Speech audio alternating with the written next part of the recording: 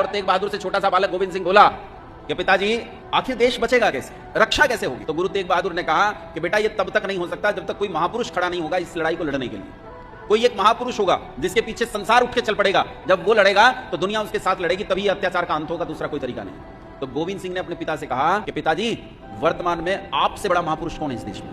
आपसे बड़ा महापुरुष कौन है इस देश में? यदि आप ही बलिदान नहीं देंगे इस देश के लिए तो कौन बलिदान देगा? तेग बहादुर को जब बात तीर जैसी लगी और उन्होंने सारी रात विचार किया, सुबह उठे और अपने कुछ लोगों को लेके मुगलों के पास पहुंच गए। यतिदास, मतिदास, कई लोग थे ऐसे उनके साथ, उन्हें लेके पहुंचे और वहां मुगलों ने उन्हें पकड़ लिया, गुरु तेग बहादुर का सिर काट दिया, कत्ल कर दिया। और भाई यतिदास मतिदास को आरे से, जो लकड़ी चीरने के आरे होते हैं ना, एक तरफ से एक आदमी पकड़ता दूसरी तरफ से दूसरा, ऐसे सिर से लेके पांव तक बीच में से चीर दिया उन्होंने।